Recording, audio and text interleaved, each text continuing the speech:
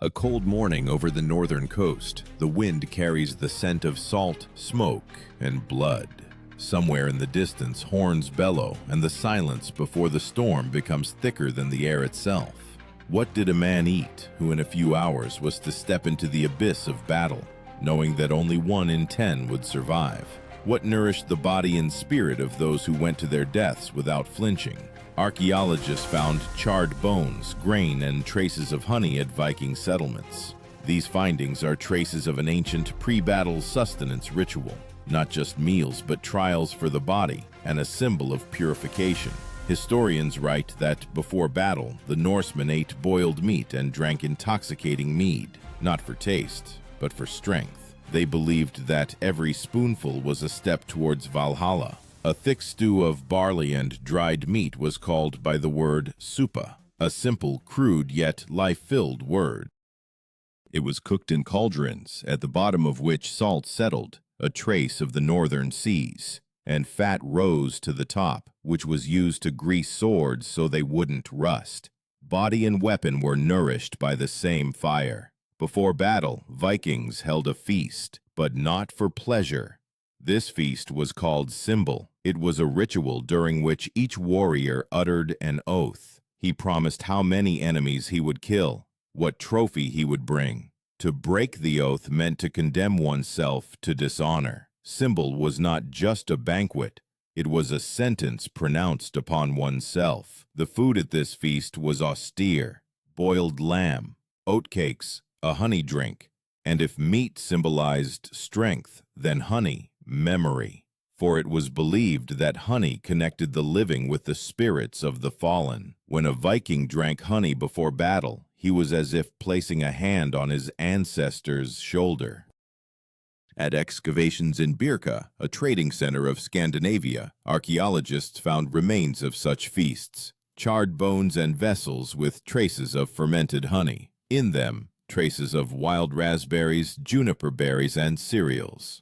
This means that the drink was not only intoxicating but also ritualistic. Its power lay not in intoxication but in a reminder. You are part of a lineage, and even death will not sever this connection. Dense chunks of meat, the crunch of bread, warm honey, all this mingled with the scent of smoke and sweat. And when a man raised his goblet, he looked not at the food but through it, into the eyes of fate. Because the feast was not an end, but the beginning of a journey. The journey began with the taste of blood on the tongue, but not another's, his own. Yet not everyone ate equally. Warriors from the Jarl's retinue received meat, fish, and grain, while the poor made do with porridge and dried fish. But in the moment before battle, the difference vanished. By the campfire sat side by side a slave and a chieftain.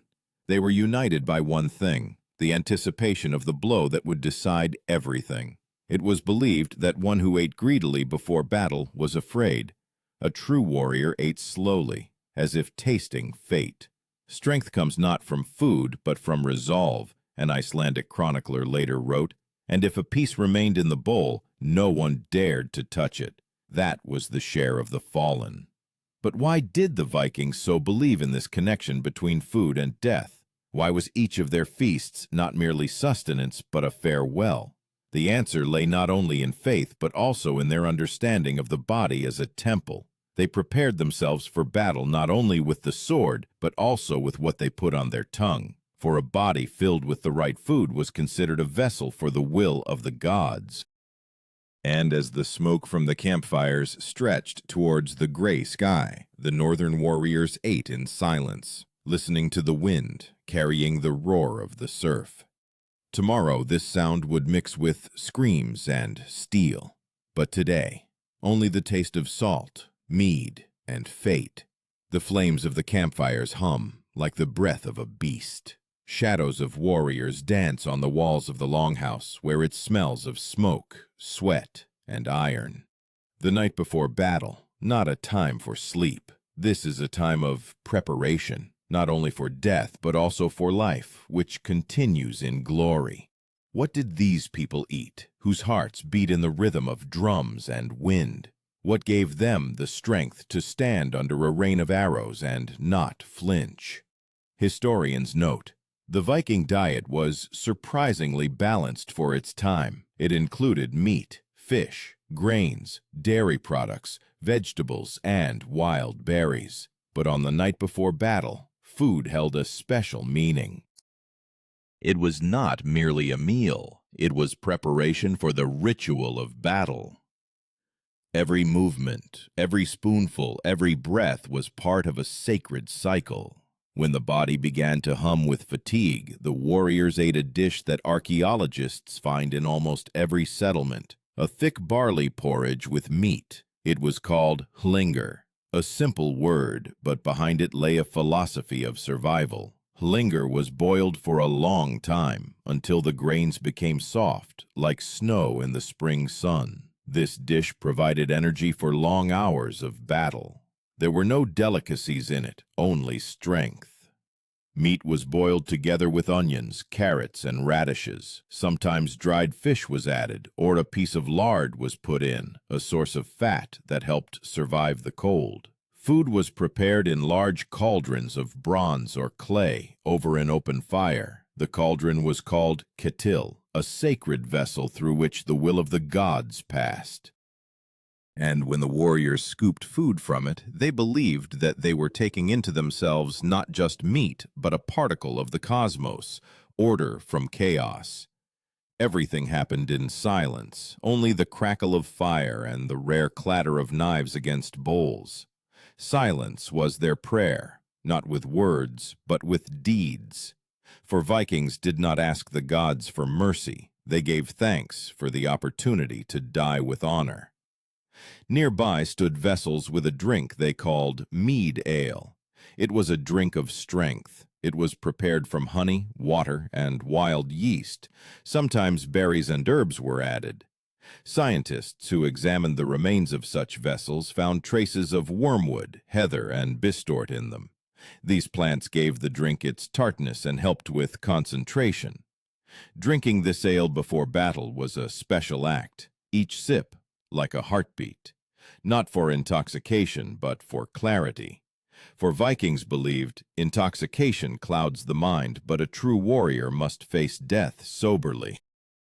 That is why they drank little. Most often, the cup was passed around so that everyone could feel the breath of brotherhood. Salt held a special place. This white powder, which cost more than silver, was extracted from the shores of the fjords or brought from the south. No dish was complete without it. Salt not only preserved meat, but was also considered a symbol of purity and eternity. Before battle, they rubbed it on their skin and weapon handles. It was believed that salt warded off evil spirits and strengthened the soul. Those who had already lost friends in previous campaigns placed a small piece of bread on the ground. This custom was called the gift to the dead. It was burned in the flames of the campfire so that the fallen could partake along with the living. Archaeologists find charred flatbreads next to the remains of campfires, silent confirmation that this rite was not a legend but a reality. Many historians believe that such rituals had not only spiritual but also practical significance. A communal meal strengthened discipline, creating a sense of unity. For after such a dinner there was no I, only we. When a warrior rose from the table, he no longer belonged to himself. His body, it was a weapon. His will, an order. His breath, a part of the wind. It smelled of grease and smoke. Skin gleamed with sweat. Cauldrons emptied, and hearts filled. This was the last night of peace, and each felt its weight. For in the morning, everything would change. At dawn they would awaken to the cry of gulls and the clang of weapons. The cold air would burn their lungs. The ground would become slippery with dew. But while the fire was still alive, the warriors sat by the campfires, gazing into the flames as if into a mirror. In this reflection, both fear and resolve, and the memory of those who ate the same bread, drank the same mead, and walked to meet their fate. Where the feast ends, the journey begins, and this journey smells of smoke, salt, and the sea. Morning, cold, sharp, like a blade forged from wind. The sky is overcast with gray clouds, and every breath smells of salt and metal. On the shore, where anchor chains clang, stand people in chainmail. Their faces are motionless masks, but in their eyes, flame.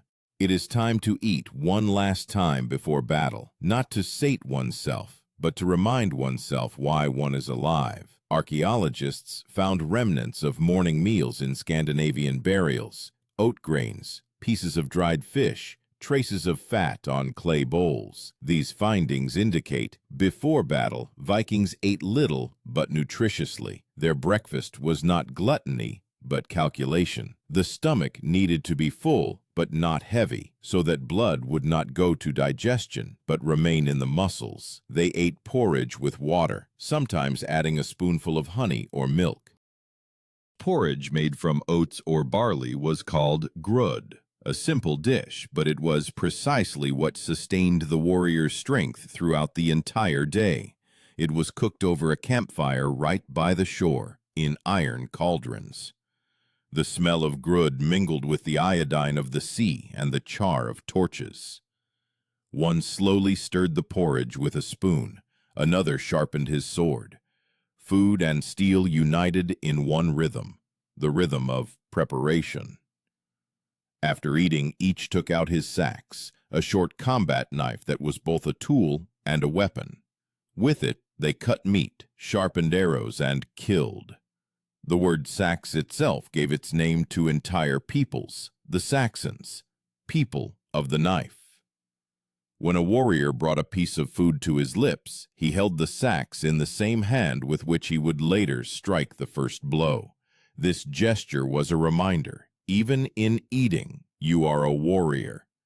Some chroniclers wrote that before battle, Vikings rubbed their faces with animal fat.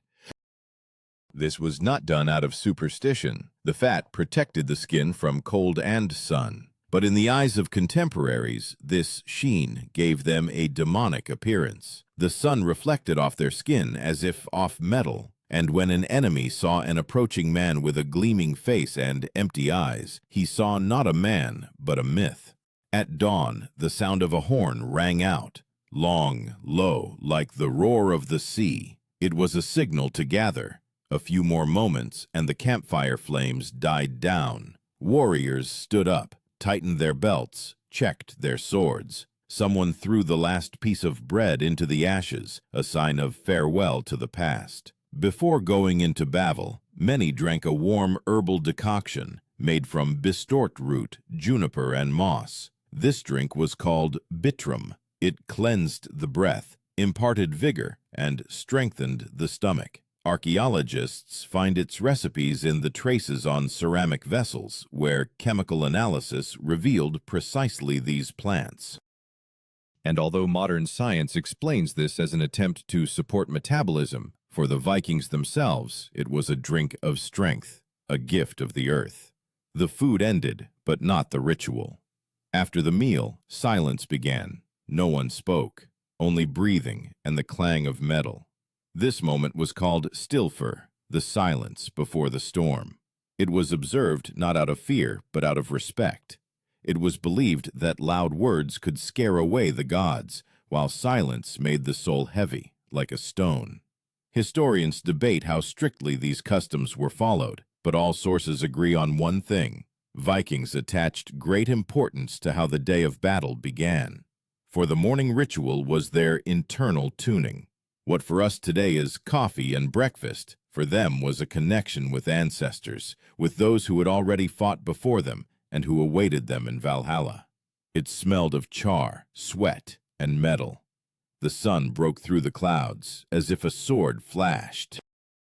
Warriors lined up in a skjoldborg, a shield wall. This term described a formation where each shield covered its neighbor. Thus, a unified armor was created, breathing and moving. At the moment of formation, each warrior felt his body become part of a living organism. And yet, before stepping forward, they made one movement. They touched an amulet on their chest. It was Mjolnir, Thor's hammer, a symbol of protection and strength. It reminded them that above their heads was not just the sky, but the will of the gods. He who went into battle did not know if he would return alive, but he knew that his name would not disappear. The silence burst like an ice crust on water, the clang of swords, the roar of horns, the cries of birds. The battle began, and everything that had been eaten transformed into the energy of a blow, into breath,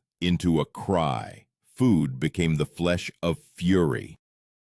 And at that moment, when the first blade cut through the air, the taste of morning porridge dissolved into the coppery taste of blood. Bodies nourished by barley, fat, and faith moved as one living organism. This was a feast, but a different one, a feast of war. And somewhere there, beyond the smoke and the sea, in the heavenly halls, Odin watched to see which of them was destined today to finish their meal in Valhalla. The roar of battle tore through the morning. The air trembled like a taut bowstring. Smoke hung over the field, and the smell of iron mingled with sweat and blood. What began as a feast transformed into a ritual of survival. Vikings advanced, feeling their bodies work precisely and powerfully. Every sinew, every muscle, every drop of sweat had a price. For just a few hours ago, they had eaten what now became their fuel, their weapon. Historians note, thanks to a nutritious diet and a habit of physical exertion, Vikings could fight without rest for 6 and sometimes even 8 hours. Archaeological studies of bones show that they had strong but worn joints and a dense muscular structure. They were not giants as in legends, but were stronger than most people of their time. In battle, they moved as a single organism. Each warrior knew his place in the formation. This tactic was called svinfylking, or swine array, a wedge-shaped formation that pierced enemy ranks like the tip of a spear. Those who marched in the front rows did not eat since the evening. They required lightness, quick reactions. Those who stood behind, on the contrary, ate more, because it was they who held the formation, supporting the shield wall with their mass. Heavy breathing, the clang of metal, the crackle of wood, all of this sounded like one enormous drum. Warriors, nourished by fat and grains, endured cold and fatigue longer than the enemy. They knew that every spoonful of morning porridge was another sword strike, another chance to survive. When someone fell, his place was taken by his neighbor, and behind him, yet another. Their bodies moved not out of fury, but out of habit, a habit developed over years of campaigns and those very ritual feasts. Food, training, faith, everything merged into one rhythm, the rhythm of battle. Chronicles describe that in the midst of battle, Vikings sometimes threw bread or meat into the air. This was a sign of offering to the gods. In their belief, if food did not enter a mouth, it would go to Odin, for battle was not just a physical act, but communication with higher powers. And in every piece, in every drop of drink, a prayer was hidden. The word fury in Scandinavian sounded like berserk. This was the name given to those who entered a state of battle frenzy. These people felt no pain. Their movements became inhuman. Modern historians suggest that on the eve of battle they consumed a drink based on fly agaric or henbane, but not for intoxication, for transformation. They transformed into beasts, and their bodies, filled with food and poison, became temples for strength. Berserkers did not wear chainmail, only animal skins. Their breath smelled of blood and herbs. When they burst into the enemy's formation, it seemed that the very earth trembled. Archaeological finds confirm the existence of such warriors. In some graves, bone masks adorned with fangs and claws have been discovered. These are not decorations. They are part of the ritual, a symbol of transition between man and beast. But even a berserker needed food, and his food was special. Chronicles tell that before battle they ate the heart of an animal, most often a bull or a wild boar. This ritual was called Kjotfest, a meat feast. It symbolized the transfer of the animal's strength to the warrior. The heart was placed on coals, roasted, and shared among them. Each piece was an oath, "I will not retreat." The smell of scorched meat mingled with smoke, and the warriors, bathed in sweat, advanced. The food, having become a part of them, now moved their hands, quickened their pace, led them to glory. For Vikings, food did not end at the table. It continued to live in the body, in the bone, in the breath. When the battle reached its climax, the sun rose above the smoke and light reflected off the shields. In that moment, each of them felt everything around lose form. Sky, sea, earth, one whole. The body ceased to be a body, transforming into a weapon. And in this fusion with chaos, in this rhythm of cries and steel, an ancient taste resounded. The taste of salt, barley, and blood. According to Scandinavian sagas, after such battles, warriors would say, "We ate glory." This was not a metaphor. They truly believed that food and victory were one and the same. Victory was food that you had wrested from death. And when the battlefield fell silent, when blood soaked into the earth, only one question remained. Would there be enough strength to live until the next feast? Because for the northern warrior, the feast never ended. It simply changed location. First by the campfire, then in battle. And then, perhaps, in the halls of Valhalla, where mead flows like a river and roasted meat never runs out. But only those who ate and fought honorably could reach there. The evening after battle smells of smoke and death. The air is thick, as if one could scoop it up with a hand. The ground is strewn with weapons, bones, scraps of clothing. And amidst all this, warriors who are still alive. Their eyes are dull, their hands tremble, but their breathing is steady. They do not shout, do not celebrate. First, food. Only then, words. Chronicles tell that after battle, Vikings always held a feast, not for joy, but for recovery. Food returned life to them, as if refilling their bodies with blood. Historians write that these meals were part of warrior discipline. Without them, one could not move on. For a body that had lost blood and energy required replenishment, the first thing prepared after battle was broth, made from the bones of fallen animals. This thick decoction was called suppadratna. It was boiled for a long time, with added salt, parsley root, sometimes dried seaweed. It was believed to restore warmth and strength. Warriors drank it hot, directly from wooden bowls, while smoke still rose above the ground. The warmth from the fire passed through their fingers, through their veins, and with it life returned. Those who could walk gathered the remains of comrades. The killed were burned or buried, and their share of food was placed near the campfire. It was an ancient custom to share a meal with the dead. No one dared to eat more than was due to him until he had given a portion to the fallen. Archaeologists find charred flatbreads and bones arranged in a pattern at such sites, a trace of this rite, repeated for centuries. Then meat was placed on the fire, most often beef or pork. It was roasted on sticks, sprinkled with salt and herbs. It smelled of heat, smoke, and sweat. When the meat began to crackle, the air filled with a sound that was akin to music. For a Viking, the sound of roasting meat was a symbol of life. If you hear this crackle, it means you are alive. A special dish was svedmet, meat marinated in honey and vinegar. It kept longer and helped heal wounds. Modern researchers suggest that acid and honey indeed possessed antiseptic properties, but for Vikings this was not a chemical process but magic. When they ate sverdmeat, they believed that with each spoonful their body was cleansed of the enemy's blood. The drink after battle was weak ale, diluted with water. It quenched thirst and prevented intoxication. Drinking without restraint was forbidden, only after a toast to the fallen. This toast was called skål. The cup was passed from hand to hand. Each drank and uttered the name of a fallen comrade. And while these names were spoken, it seemed that the dead sat nearby, listening quietly, sharing the warmth of the fire and the smell of roasted meat. The warriors ate in silence. Only the crackle of the campfire and the hum of the flames filled the air. When their first strength returned, someone began to sing.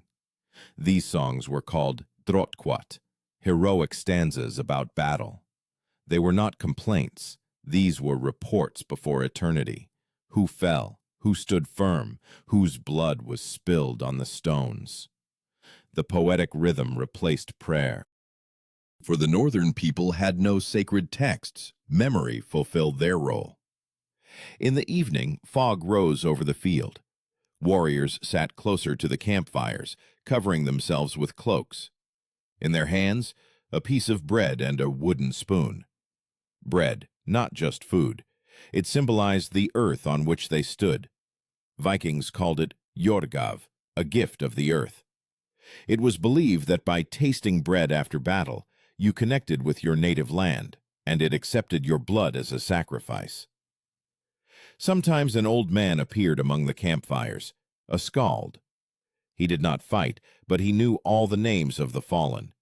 He sang of them, calling each by name, and the warriors listened without raising their eyes. Because in his song they heard not only the past, but also the future. For everyone knew, one day someone would sing about him, too. Archaeologists find bronze bowls with engraved inscriptions. Memory, our feast. These words are repeated in different regions, from Iceland to Gotland. This is not a motto and not a prayer. This is the essence of their world. As long as they remember, you are alive. When the food ended, the warriors threw bones into the fire. This was a sign of the feast's end. The flame rose, crackled, as if answering them.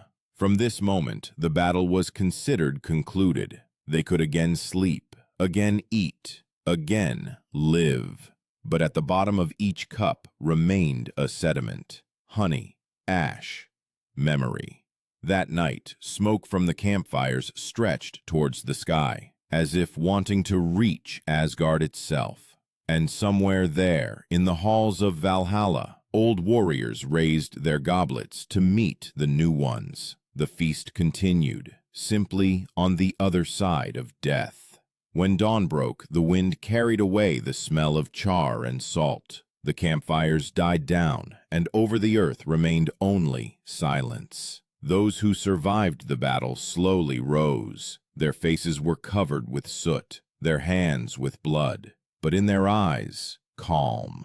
They knew the cycle was complete. Feast, battle, meal after, all these were parts of one breath. Historians write that it was precisely through these sustenance rituals that Vikings connected life and death into a single whole. Food was for them a bridge between worlds. It began by the campfire and ended in Valhalla.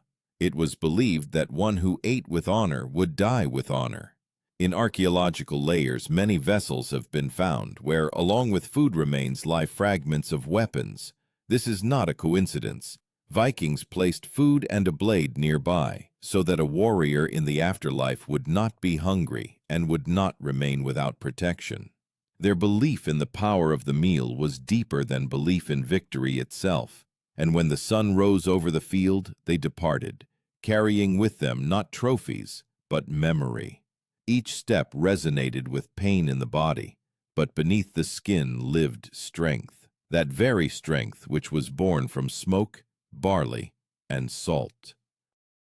They knew this taste would remain with them until the end. Do you hear how the flame crackles, how the meat sizzles, how the honey drips? This is the sound of an ancient promise. A Viking's food was not just sustenance. It was an oath by the body, an oath to stand until breath ran out. And now, when you know what the warriors of the North ate before battle, ask yourself, would you have had the strength to eat your last piece of bread, knowing that tomorrow it might become your last?